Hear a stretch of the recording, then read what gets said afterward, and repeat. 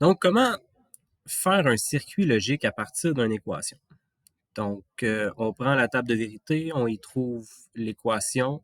Vous verrez un peu plus loin comment la simplifier. Mais dans cette vidéo-ci, je vais vous montrer une seule formule, une équation, et on va la transformer en circuit logique avec les portes ou avec les relais. Et finalement, ben, on va pouvoir le faire directement dans l'application SoftComfort de Logo pour pouvoir tester le montage avant, euh, avant de le monter soit à relais ou à circuit. Donc, si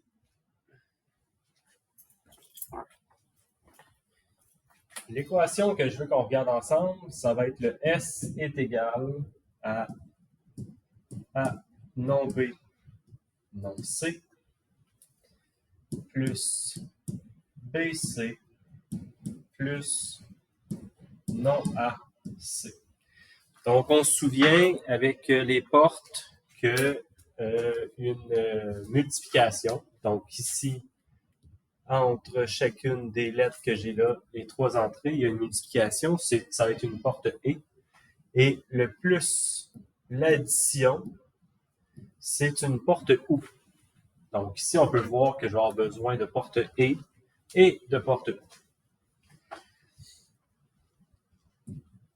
En planifiant notre montage à circuit ou à porte, on va à la base se partir nos entrées. Dans la première équation, j'ai A, donc je m'en viens avec un A directement. J'ai non B. Donc le non B, ce que je dois faire, c'est le faire rentrer par une porte inverseuse.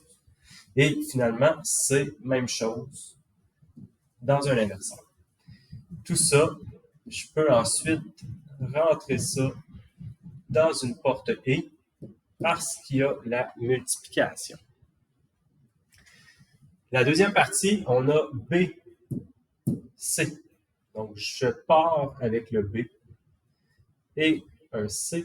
Je n'ai pas besoin du A, il n'en fait pas partie de l'équation, donc je le laisse de côté, je l'oublie. Et la dernière partie, donc non A. À partir de A juste ici, je rentre dans un inverseur et C avec la porte E. Ensuite de ça, il faut que je m'occupe des deux additions qu'il y a là. Donc, les deux additions, ce que ça fait, c'est que je vais prendre chacune des possibilités. Donc, j'ai soit A, non B, non C, soit B, C, ou encore non A, C pour être capable d'activer ma sortie S. Comme ça, juste ici. Donc là, on a transformé notre équation en circuit logique. En laboratoire, ça va être important, avec la fiche technique, d'identifier chacune des pattes pour être capable de faire son montage sans se tromper, parce que vous allez voir avec les circuits intégrés qu'il peut en avoir beaucoup de fils ou de petites pattes. Si je reprends la même équation, puis je veux la mettre à relais. Donc, à relais, présentement, on va avoir 3 relais qui vont être A, B,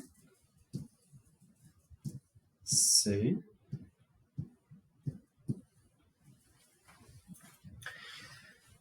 Et les portes vont être faites avec les contacts du relais.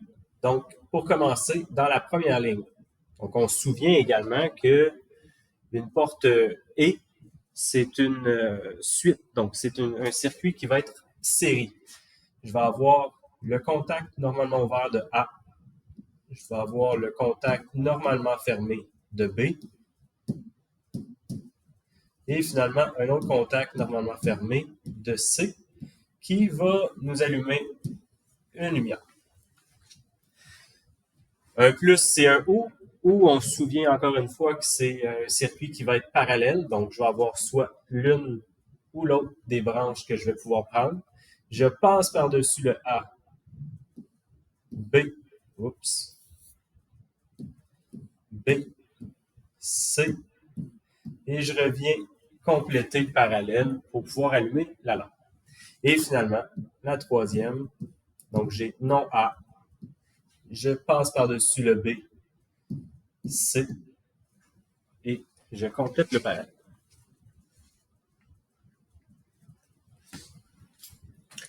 Maintenant, si on veut être capable de confirmer ça avec une application ou le logiciel, on va pouvoir utiliser notre montage juste ici avec des entrées simulées avec le logiciel de logo. On se souvient, j'avais besoin de 3 portes E. Donc, je vais avoir 1, 2, 3 portes E. Et finalement, une porte OU qui va nous activer notre sortie. Donc là, on reprend le même montage que tantôt. Il manque les entrées inverseurs. Donc, je vais avoir besoin d'entrées inverseurs devant ça juste ici et une autre juste là. Donc, si je commence avec la première, donc mon entrée A, donc je vais juste identifier, ça va être A, B et C. Donc la A, je vais avoir besoin d'une non B et d'une non C. Le plus, je peux envoyer directement la porte E dans la OU. Ensuite de ça, je recommence avec la B dans celle-là juste ici. Donc B, C, oups, excusez.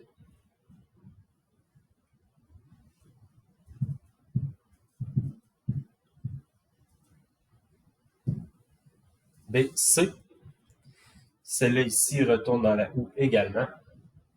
Et je vais avoir aussi une non A, C. Pour ça, juste ici. On peut voir que sur le logiciel, ça peut sembler un peu chaotique.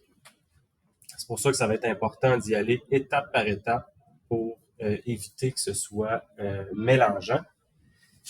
Vous allez voir aussi un peu plus tard une façon de réorganiser ces fils-là. Donc, on pourrait tout simplement, excusez, avec le doigt, c'est pas évident. On pourrait tout simplement séparer. Là, on va voir que les fils sont un peu plus simples, mais c'est de la réorganisation pour bien comprendre l'application.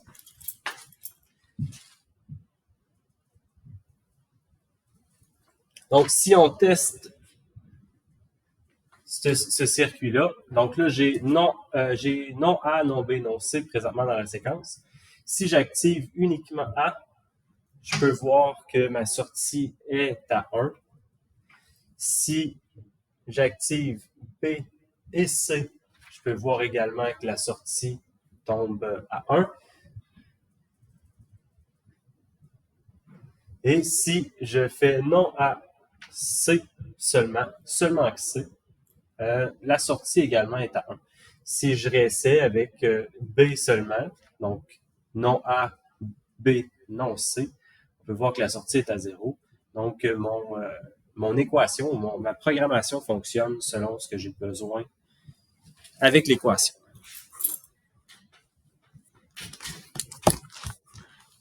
Merci.